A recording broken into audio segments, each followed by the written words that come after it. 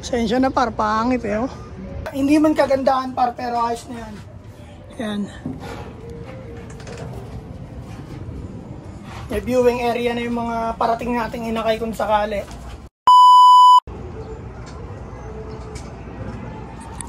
Eyo par, good day at nandito tayo ngayon sa loop para gumawa ng flying pin par, no? Gagawa tayo ng flying pin ngayong araw dito sa tabi ng trapdoor par, habang walang tao dito sa baba. Dito tayo gagawa par. Bali gagamitin ko itong mga screen na kinalas ko sa loob na.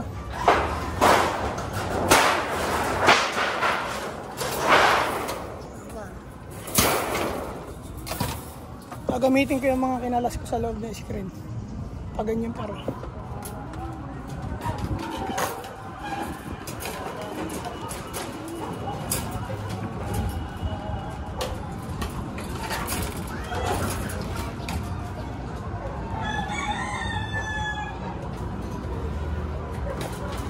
Yo par, bali trabahuin na natin to. Bubutasan ko pa yun dyan. Yan sa aero na yan, tapos dito sa dulo. Papasukan natin ng 2x2 par. Yung mga kinalas ko sa loob gagamitin ko na para hindi mabulok dito par.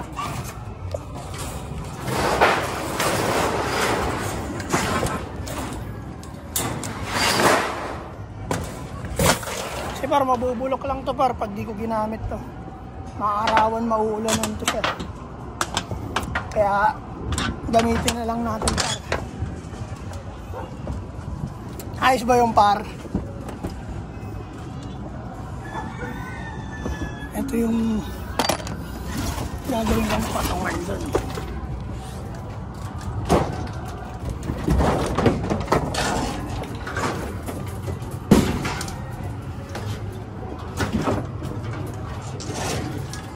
Yan para. Dito yun. Papalabas ko to ng konti dun.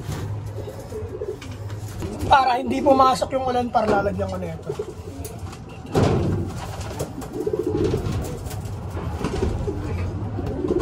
Papakita sa inyo yung final result pag nagawa ko na par. Kasi mahirap mag-video para habang nag-working pukpok. Kung alam nyo lang parang hirap na. Pero ganun pa man parang ayos lang yung par. Galit na yung par. Bali tatanggalan ko to para ganyan. Papasok ko dito yung 2x2. Papakapit ko dito yung sahig. Kasi para lalagyan namin ng poop tray yan.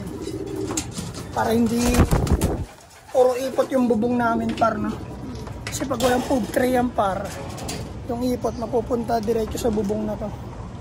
Kaya kinuha ni Utol to. Ito. Sa amin yan par, nahulog dun sa baba. Dito sa baba na to. Yan.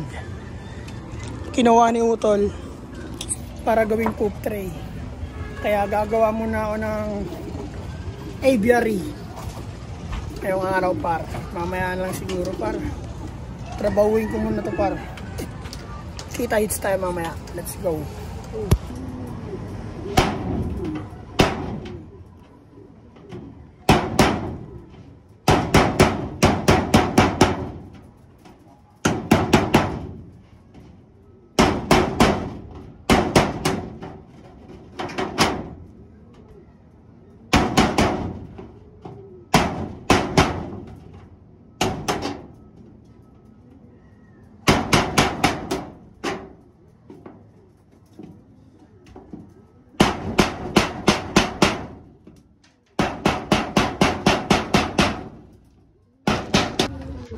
Yo par! Ito na yung update sa aking ginawang aviary par. Pakita ko sa inyo par. Ano par? Pangit siya par pero ayos na yan. Yan par. Bubutasan ko na lang yan dun par. Para all good na par. Pasensya na par, pangit eh oh. Ayan par, yung aviary na ginawa ko. Ayos ba yung par? Ayos na yan par. siya kagandahan par, pero ayos na. Ayan o. DIY lang yung par. Wala nang ganong tibay yung sahig. Ayos na yung par. Ang mahalaga dyan par, meron silang aviary, no? Para makaano sila ng araw kasi hindi ko na sila ganong paparondain par. Kaya dyan sila tatambay. Pag gusto nila magpainit, no? Yan par. Ayan yung aviary. Ayos ba yung par? Let's go par. Butasan na natin sa loob para matapos na at makababa na ako par. Gawa nung nagugutom na ako, wala pa akong almusal, wala pa akong kape. Inuuna ko talaga yan par para magawa ko na. Puputasan ko na lang dito par. Yan. Susukat ko to. Ito. Diyan. Tatagos ko to ng konti doon. Ayos ba yung par? Banatan na natin yung par. Last na par eh. Let's go par! Update ko lang kayo ulit mamaya par. Woo! At yun par, all good na lahat par. Nakagawa na ako ng aviary. At yan par, ayun, may mga ibon na rin par. Ayan. Yung butas niya par. Nagdagdag na rin ako par ng mga perch. Ayan. Yung pa isa.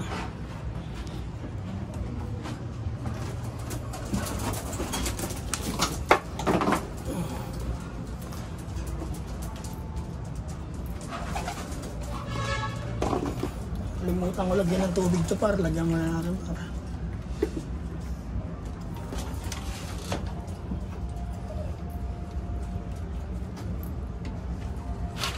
Yan par, all good na par. Hindi man kagandahan par, pero ayos na yan. Yan. May viewing area na yung mga parating nating inakay kung sakali. Sakaling mga itlog na to par. May viewing area na yung mga inakay natin. Pero gagawin ko pa rin yung traditional namin dito par. Napapakawalan ko sa landing board para hindi mag-overfly. Basta, kanya-kanya tayo ng ano par eh, na sistema, no? Sa pagpapa-butcher ng ibon. Kaya, ayun par, all good na lahat. Hanggang dito na lang par. Maraming salamat sa inyo lahat par. Sa Naga Brothers Look par. Maraming salamat sa inyo lahat. Peace and out to joins. Yeah. Oh my God!